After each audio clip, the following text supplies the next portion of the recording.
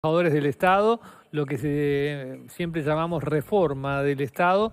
Eso incluye una serie de reformas que, si se aprueban ahora, deberá implementar el gobierno que viene. Para redactar esos artículos hubo consultas con constitucionalistas, con especialistas en gestión humanas y también una negociación con el Sindicato de Empleados Públicos, COFE. Para hablar de esta reforma del Estado, recibimos al director nacional del Servicio Civil, Conrado Ramos. Bienvenido. Bueno, un placer estar con ustedes. Bienvenido, buenos días. Bienvenido. ¿Qué dicen estos artículos que están incluidos en la rendición de cuentas? Bueno, si nada nuevo de cosas que ya hemos hablado acá mismo. Pero porque por fin se plasman por fin llegan al Parlamento, ¿no? Llegan al Parlamento, eso ya es un logro que lleguen al Parlamento. Ustedes saben que a mí me hubiera gustado implementarla, pero cuando se evaluaron las prioridades políticas no estuvo ni está entre las prioridades. Entonces quedó la implementación para una futura administración, lo que tiene consecuencias negativas, pero también tuvo oportunidades, nos dio oportunidad de trabajar mucho. En estos fracasados intentos que hemos tenido en rendiciones de cuentas anteriores de poder entrar con el articulado, también nos permitió seguir haciendo trabajo de campo y testear las ocupaciones, esta identificación de qué es lo que las personas hacen en la administración, que hoy en día no está nada claro. Hicimos todo un trabajo inductivo de trabajar con los propios funcionarios, o sea, preguntarles qué es lo que hacen, pero irlos guiando con cuestionarios. Hay metodologías. O sea, a ti te preguntan, bueno, ¿qué haces? Más o menos en la labor periodística uno puede ir definiendo una serie de tareas, pero no siempre se está claro, ni los funcionarios tienen claros cuáles son sus tareas.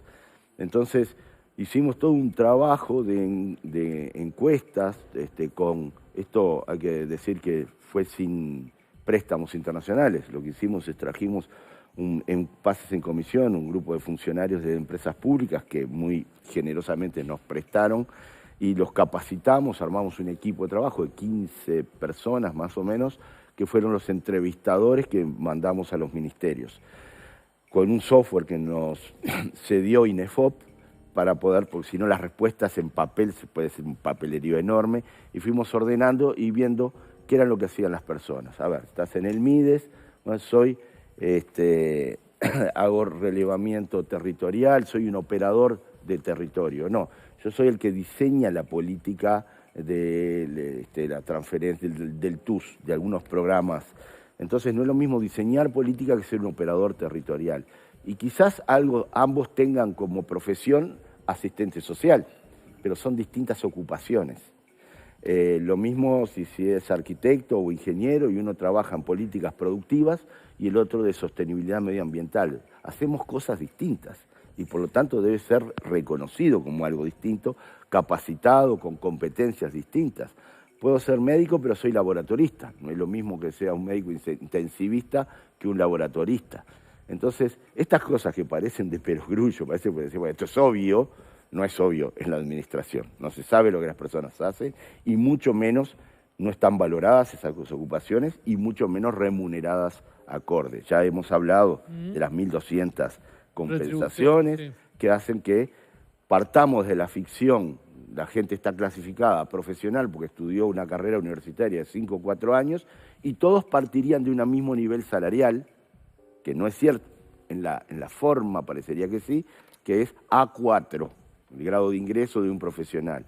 Y eso puede ser 30, 40 mil pesos según haya compensación al cargo en un lugar o no. Y luego se van sumando compensaciones que hace que un A4 pueda desarrollar tareas de alguien muy avanzado en la carrera porque no hubo ascensos, hace una tarea de un A16 y si trabaja en un ministerio pobre puede cobrar 60 mil pesos, si trabaja en uno rico puede tener 160, 170 mil pesos de compensación solo, arriba del sueldo. O sea que no, es un absurdo, esto desmotiva, esto hace que la calidad de las políticas públicas deje mucho que desear, sea deficitaria, y es algo que en algún momento, por lo menos nosotros, identificando ocupaciones, valorándolas, no vale lo mismo un experto en ciberseguridad que un liquidador de sueldos.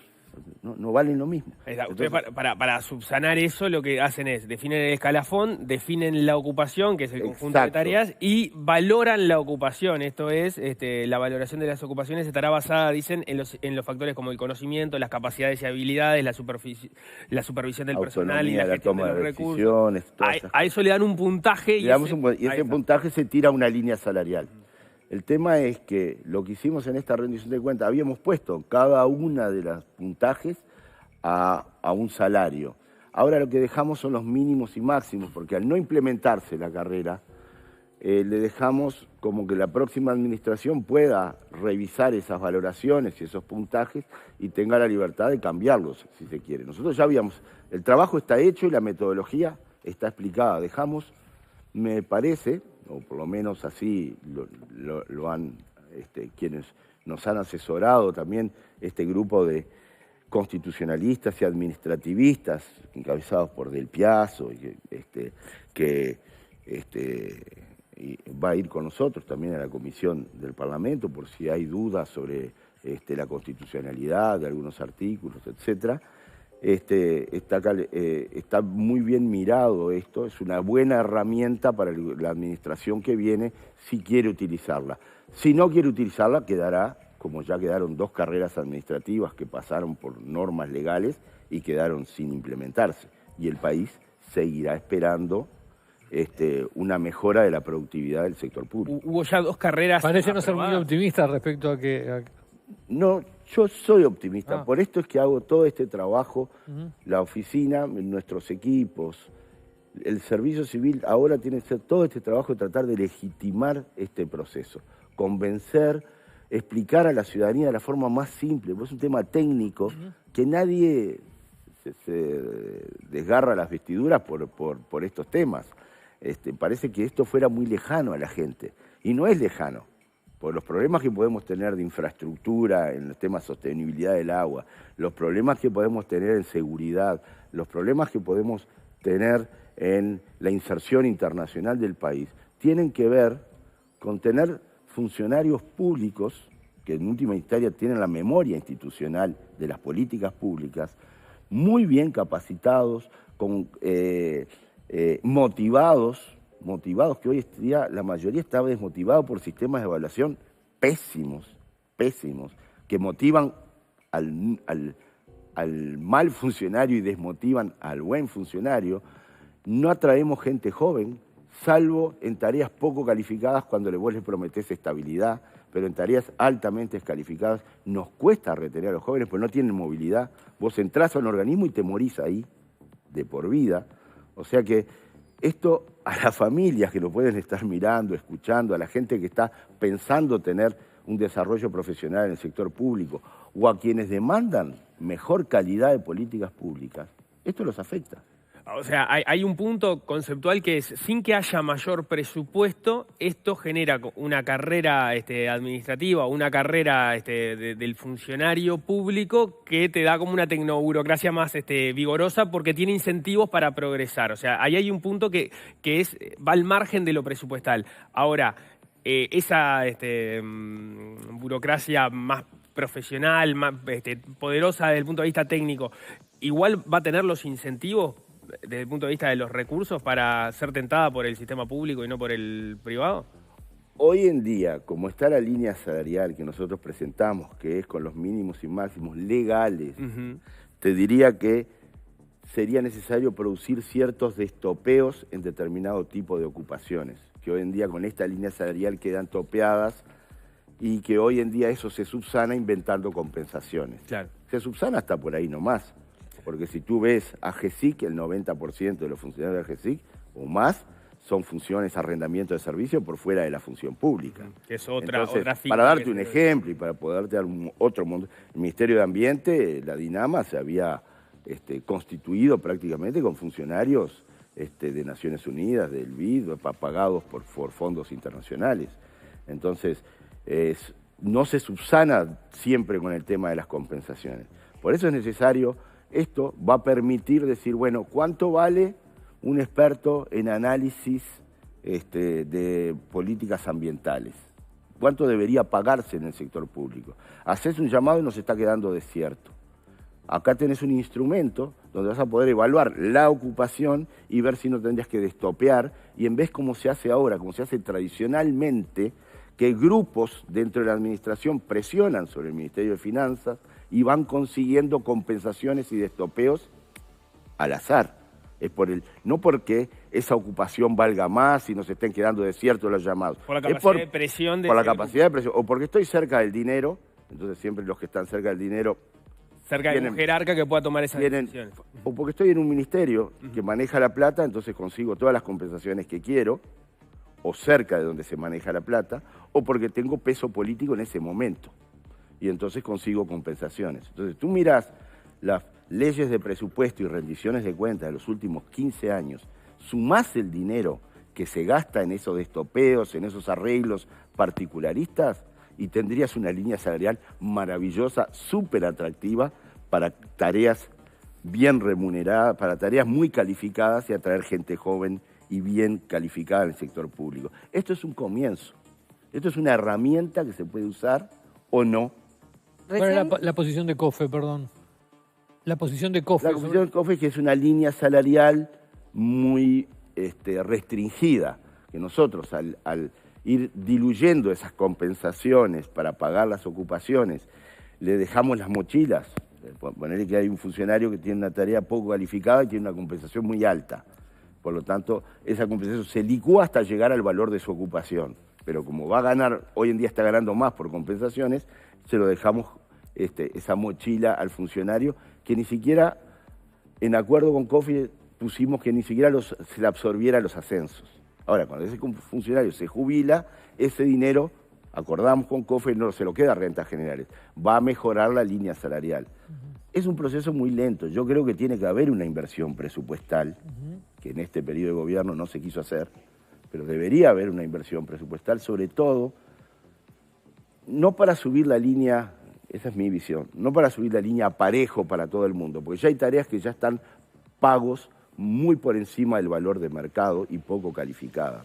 Sobre todo para aquellas tareas que nos cuesta atraer personas calificadas en determinado tipo de oficios, de ocupaciones, que debería destopearse. Se debería hacer una inversión inicial. Ahora, los puntos de acuerdo con COFE son muchos. COFE va a insistir, y con razón, que es una línea salarial que se puede mejorar. Conrado, si no te entendí mal, recién mencionaste que si la próxima administración no usa este esfuerzo, se va a perder la oportunidad de mejorar la productividad del sector público. Sí. ¿Hay comparaciones de la productividad de nuestro sector público, de nuestro país, con otros países del mundo? No porque no hay medidas, nosotros no medimos la productividad en el sector público. No, inclusive cuando se habla en los consejos de salario, el tema de productividad que se viene hablando hace mucho, se ha avanzado muy poco en lo que es medir productividad. Y yo te diría que a nivel internacional es muy difícil el tema de medir la productividad. Uno puede suponer que la burocracia brasilera, por ejemplo, del gobierno federal está mucho mejor remunerada y capacitada que la nuestra. A nivel del gobierno federal, no a nivel de los estados y los municipios. En Chile también hay mayores esfuerzos de capacitación. Uno podría ver que tiene una burocracia altamente capacitada, pero no hay comparaciones tangibles. Yo lo que digo cuando mejorar la productividad es porque alcanza a hablar de nuestras familias o amigos, todos tenemos algún funcionario público en la vuelta en el que hablamos, y el grado de insatisfacción es alto. La encuesta que nosotros hicimos con 40.000 funcionarios públicos, que con apoyo del Banco Mundial, nos da un nivel de insatisfacción muy alto y un nivel de desmotivación muy alto. Eso no hay que ser mago para suponer que eso afecta la productividad. Es más, cuando uno mira las políticas de seguridad, tenemos el índice de policías per cápita más alto de América Latina y todos sentimos que tenemos mucho para avanzar. Ahora, ¿cómo es la carrera administrativa de un funcionario policial o del Instituto Nacional de Rehabilitación? ¿Qué estatutos tienen? ¿Cómo se remunera o cómo se capacita a los directores de un centro de reclusión? ¿Es por concurso? ¿Están capacitados para ser directores de un centro de reclusión? Lo mismo en INISA, en INAU.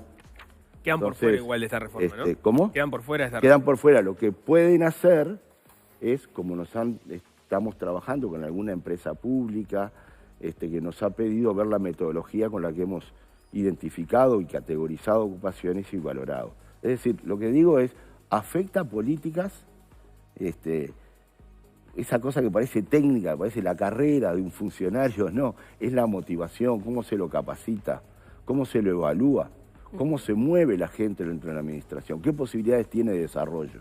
Entonces, que la gente no entre porque me garantiza una estabilidad y después lo que pasa ahí adentro no importa, porque sí importa, es toda la vida de una persona. Recién dijiste también que este es como el primer paso de una gran reforma, que es la reforma del Estado, que por cierto venimos hablando de ella desde el año 85 como la madre de todas las reformas.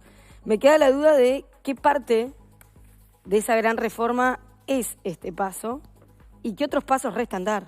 Exacto, está muy bien la pregunta. Dentro de la reforma de Estado, esto viene a ser un componente fundamental de la modernización de la gestión pública. Uno por reforma de Estado puede entender muchísimo. La reforma de la seguridad social, la reforma educativa. Si ANCAP decide asociarse con privados para hacer algo, la desmonopolización de combustibles, todas esas son reformas de Estado. O sea, una reforma de Estado puede poner muchos componentes. Yo desde el Departamento de Ciencia Política hace años que escribo sobre este tema. Ahora, una parte de eso es cómo se gestiona el sector público, cuáles son las herramientas de gestión. El empleo público, que es esto que estamos tratando, es una de las herramientas fundamentales. Cómo se hace carrera, cómo se profesionaliza, cómo se capacita, cómo se mueve, es fundamental para que funcione bien el resto de la maquinaria. Yo puedo hacer, proponerme políticas, como te decía, de mejora de la seguridad ciudadana, puedo proponerme mejoras del comercio exterior, pero si luego no tengo instrumentos y herramientas de gestión pública para llevar a cabo esas políticas, lo más probable es que fracasen.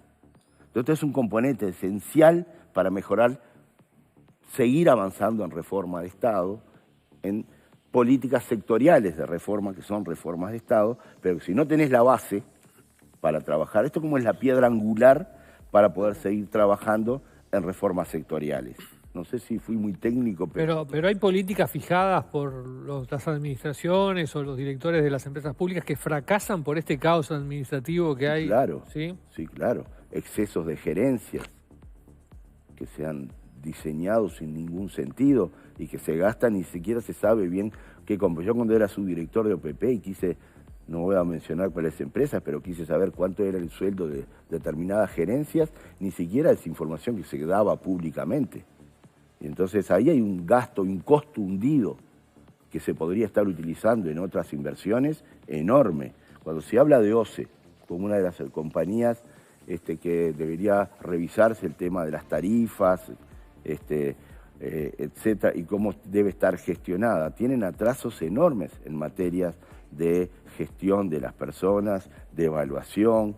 Entonces estas cosas afectan el diseño de la política, porque no son el único factor, pero es un factor esencial en empresas públicas, en servicios descentralizados, nuestro welfare, nuestro estado de bienestar, que es intensivo en mano de obra, cómo se gestiona, es elemental para que funcionen bien el MIDES. El MIDES siempre se tuvo como un gran caos, de alguna manera, que o era una unidad ejecutora sola, o cómo están los programas, si están bien evaluados y cómo están diseñados. Tienen que ver cómo se gestiona también el aparato público. Entonces, esto es un componente esencial y este componente se viene postergando indefinidamente, mientras que otros países, uno mira en la OECD, los países desarrollados, invierten mucho en esto y se preocupan y bueno, esto es un primer interés. La ventaja que tiene esta reforma sobre reformas anteriores que no se implementaron es que tiene acuerdo con los trabajadores, eso es fundamental. Se trabajó mucho, hay consensos, hay disensos también, como esto de la línea salarial, pero hay muchos consensos, hay mucho avance, eso lo pueden decir ellos mismos. Funcionarios, porque COFE nos permitió entrar a trabajar con los funcionarios y con los sindicatos en cada lugar, eso lo pueden corroborar ellos mismos, y el equipo de expertos, de administrativistas y constitucionalistas, que en las otras veces se habían informes de que tenían vicios de inconstitucionalidad. Por ejemplo, cuando se hizo el último estatuto de función pública que afectaba, escalafones, etcétera, se hizo por fuera de la ley de presupuesto. Eso es inconstitucional. Este tipo de reformas tienen que entrar por constitución en las leyes de presupuesto. O sea que tienen el aval de la cátedra, tiene apoyo de los funcionarios, yo creo que, y hemos trabajado, por primera vez se trabajó empíricamente con los propios funcionarios, no con un manual o con recetas preconcebidas. Para luego cómo funcionaba en los términos concretos. Fuimos a ver qué hacían los funcionarios, cómo los valoramos, y además testeamos con más de 10.000 funcionarios a ver si se sentían reflejados en la ocupación que estábamos elaborando.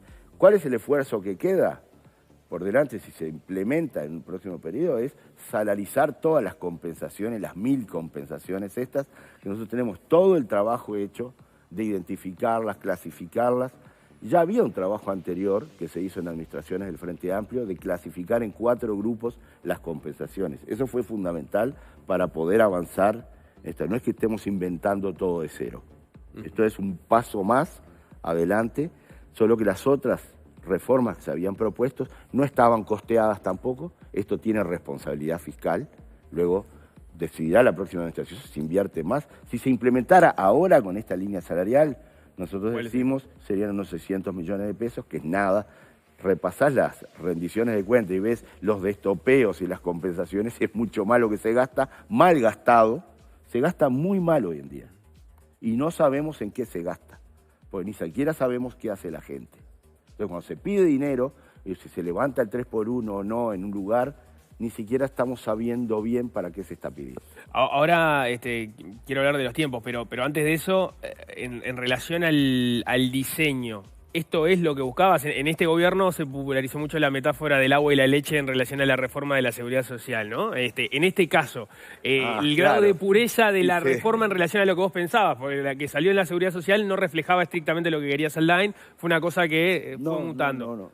Refleja. Refleja. No hemos dejado, inclusive en las negociaciones con COFE, no dejamos el corazón de la reforma en absoluto. Es más, la mayoría de las propuestas que nos hicieron ayudaron a mejorarlo, son razonables. Por ejemplo, hay una comisión que se llama Análisis Retributivo Ocupacional. Esto es un sistema dinámico que tiene que cambiar. Si determinada ocupación deja de ser requerida en el mercado, va a valer menos a futuro. Esto es un sistema que no es rígido, sino que se tiene que ir moviendo e ir analizando. En los lugares donde esto funciona, yo estuve trabajando en Canadá, en Nueva Zelanda, Australia con estas cosas, en Brasil, que usan un sistema similar, estas cosas se están revisando, hay equipos que lo mueven. Esto sería, hoy en día hay una comisión de análisis retributivo ocupacional que no agrega mayor valor, te podría decir, yo la presido. Entonces, no agrega mayor valor. Vamos a usar esa comisión de análisis retributivo para hacer análisis de cómo viene evolucionando todo el sistema de ocupaciones.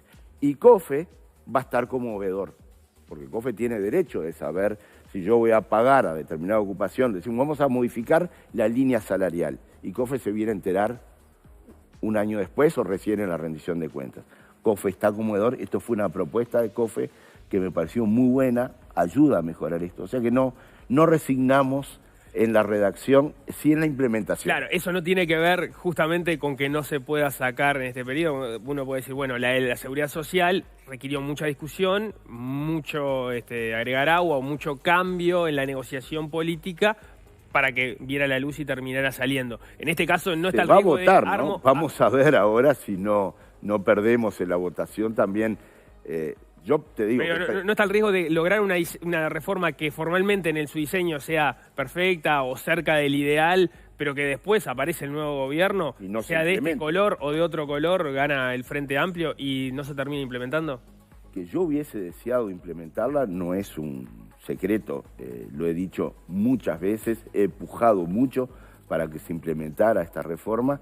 Sí, claro, se corre el riesgo de que el próximo gobierno diga, y este peludo para regalo que tengo acá, ¿por qué lo voy a implementar y por qué no lo implementaron los que estaban antes?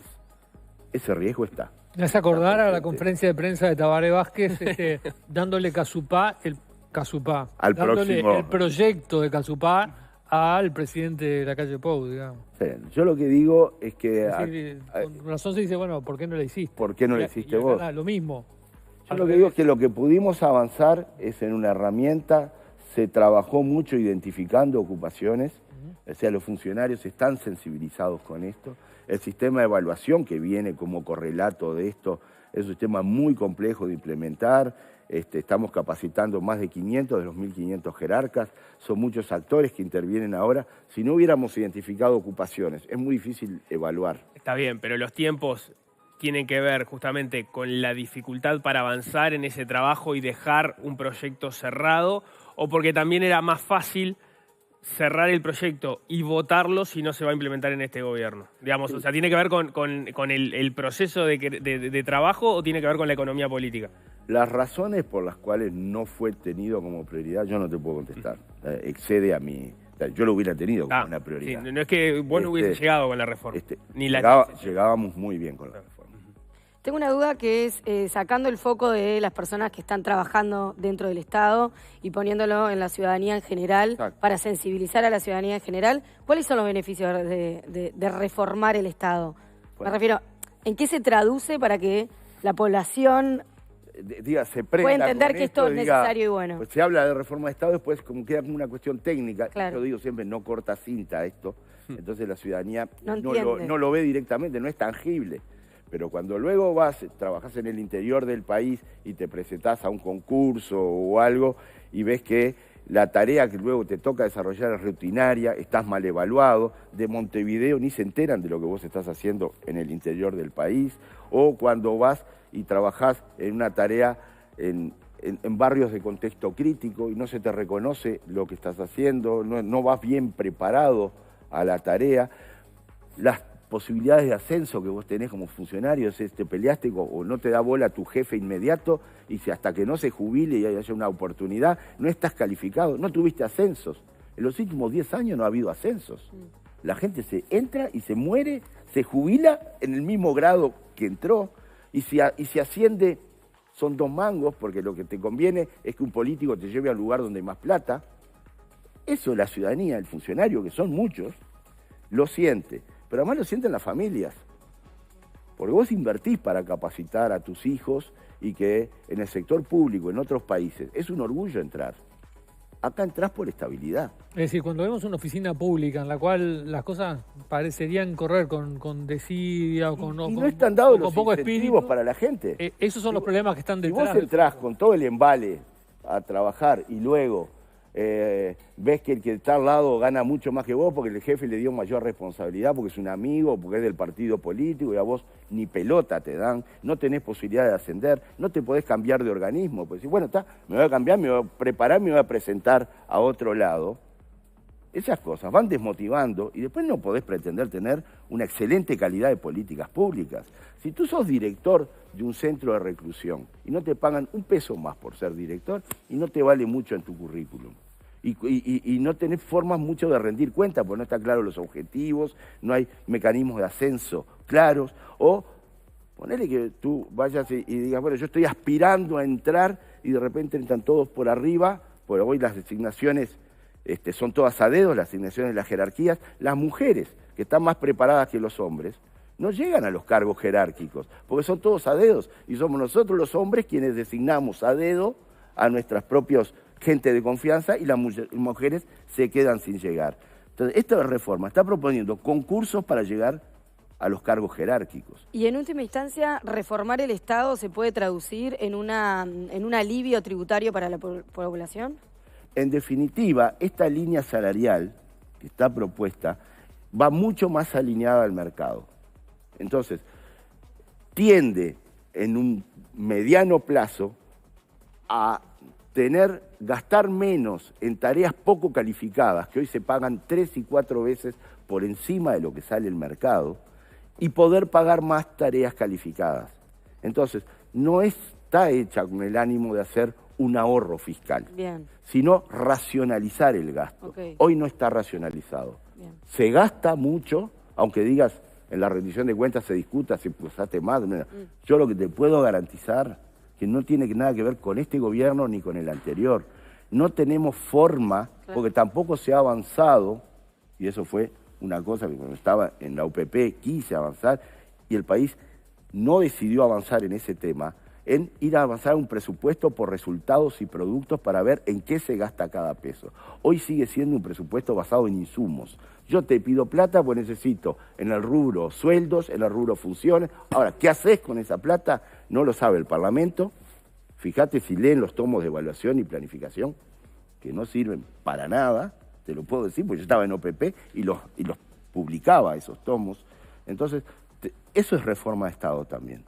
Tenés un sistema de gestión humana que motiva a la gente, pero además un sistema de control de cómo se gasta la plata basado en que definiste productos, resultados y se los mostrás al Parlamento y se los mostrás a la ciudadanía. Eso Uruguay no lo tiene hoy. Y eso es un problema grande en cuanto a... No es tanto, es ahorramos. No, la pregunta no es tanto si ahorramos, la pregunta es cómo gastamos, con qué calidad. Cada peso que me sacás desde los impuestos, si está bien usado o no. No sabemos. Esa es la pregunta. No sabemos. Hoy en día no lo sabemos. Y no saberlo ya es un indicador de que está mal usado. Y me hago cargo de lo que te estoy diciendo.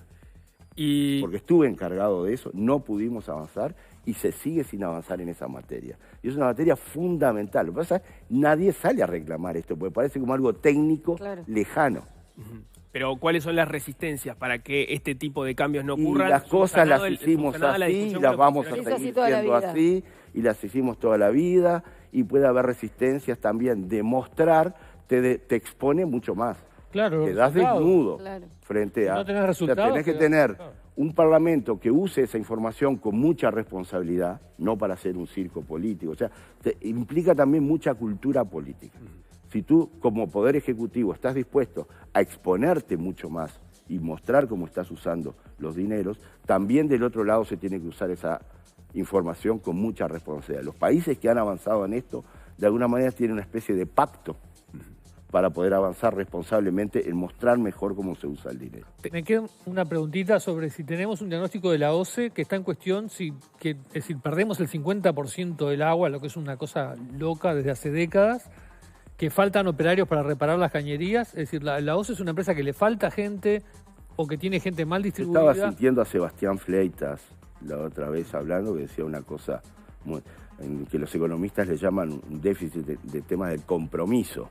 Es decir, que se supone que tú subsidiás el precio de la tarifa porque el Poder Ejecutivo luego lo que no recaudás, por eso que para poder hacer obras de infraestructura, lo pone el Poder Ejecutivo. Y el Poder Ejecutivo permanentemente va pateando para adelante las inversiones necesarias.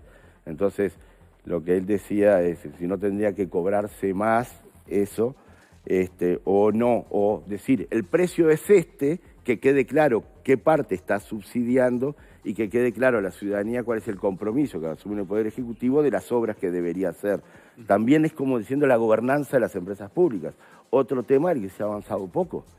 Hemos estado en distintos programas de gobierno siempre hablando de que se iba a cambiar la gobernanza de las empresas públicas y en ese sentido tampoco hay avances. O sea, queda mucho por avanzar. Reforma de Estado no ha sido una prioridad. Esa discusión es bien interesante. De todas formas, no sé si la pregunta de Leo no venía por el otro lado, y era que este gobierno asume con determinadas restricciones fiscales y topea los ingresos de los funcionarios públicos, digamos, con algunas excepciones, pero en general, de manera general justamente, y si se hizo la adecuada identificación de dentro de cada lugar, de cada inciso, como se llame, en el caso de OCE, por ejemplo, de determinar, bueno, no, esto debería haber estado exceptuado por los objetivos y las necesidades que tiene esa empresa en particular. Todos los gobiernos hacen lo mismo. Lo que falta es este tema del dilema del compromiso, que en el sentido... Uno porque dijo, no, mirá, lo dejo para más adelante. El otro porque dijo, no, yo no quiero aumentar el déficit fiscal porque estoy a punto de perder el grado inversor, que era un peligro real y latente que teníamos. Entonces, yo prefiero hacerlo no por inversión pública, sino a través de privados, lo que va a llevar más tiempo. Te cayó la crisis, o sea que lo que seguís teniendo es un problema de pacto político, de cómo vamos a hacer la gobernanza de las empresas públicas, qué tarifas vamos a cobrar, qué costos vamos a tener y cómo nos comprometemos frente a la ciudadanía con las inversiones que tenemos que ir haciendo. Pero también cómo bajamos costos. El exceso de gerencias, de cargo de desconfianza en el aparato, yo diría en la maquinaria estatal, hay que estudiarlo, hay que entrarle, hay que meterle el diente. Pero todos dicen eso, pero luego cuando llega el momento de la práctica... Todos van subiéndolo poquito a poquito. El sistema político tiene muchas, o sea, la financiación de los partidos, hay un tema, no se avanza en la ley de financiación de los partidos, pero tampoco se dice cuánto de los cargos que se dan políticamente en la maquinaria, qué porcentaje mantiene el presupuesto de los partidos políticos. Entonces, uno no le puede decir a los partidos políticos que se aten las manos y que entre menos dinero en sus finanzas, reduciendo los cargos de confianza.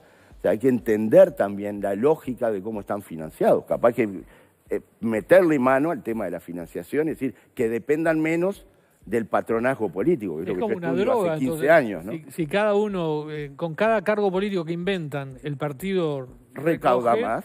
Es como una droga, quieren crear más cargos políticos. No habrá que plantearse que la recaudación quizás tendría que pagarse más el voto y no depender tanto, porque lo otro es depender de las empresas privadas también. Sí, que tampoco está bueno. Es muy complejo el tema. Entonces no es tan fácil de decir profesionalizar. ¿Por qué fracasan las reformas del servicio civil? Fue la pregunta que me hice cuando empecé hace 15 años a estudiar el patronazgo político. ¿Por qué los partidos designan gente directamente en la maquinaria política? Entonces, es bien complejo el tema ese. ¿Qué roles cumple la gente que son designadas adentro de la maquinaria política? Es un tema que hay que seguir profundizando, estudiando en el Uruguay. Se quedan muchos temas de reforma de Estado. El tema es que tiene que ser una prioridad política. Ahora, la ciudadanía lo tiene que demandar, los empresarios lo tienen que demandar. Porque el sistema político no tiene incentivos. El sistema político sale a pedirle plata a los empresarios para la campaña. Claro. Y es el momento que le tendrían que exigir que estos temas de reforma de Estado estén en la lista, una serie de compromisos muy claros y poderlos ir monitoreando y midiendo. Salvo empresarios que les convenga el statu quo. Salvo, exactamente. ¿Y tiene previsto trabajar en la gestión del cambio? Porque esto es algo muy dinámico, como tú decías recién.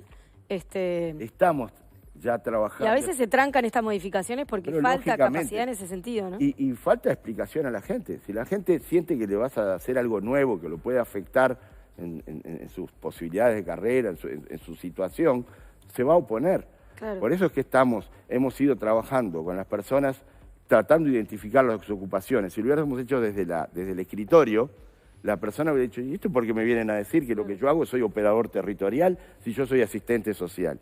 Pero como estuvimos trabajando con la gente, lo otro que estamos trabajando es en el sistema de evaluación por desempeño. Hoy en día alguien para evaluar a un funcionario es un jerarca que está 2 minutos, llena planilla y le pone el máximo a todos. Y si no le pones el máximo, te recurren.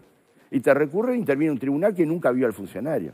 Ahora nosotros hacemos que los jerarcas se sienten con los funcionarios. Que está ligado a esto de la resistencia, ¿no? Que decía ya que se siente un jerarca con un funcionario, hablar, a ver qué hace, a ver la evaluación de sus compañeros, a ver, charlar con él y decir, ¿a vos cómo te parece que podés mejorar esta competencia de trabajo? Y capacitar a los jerarcas para que se sienten.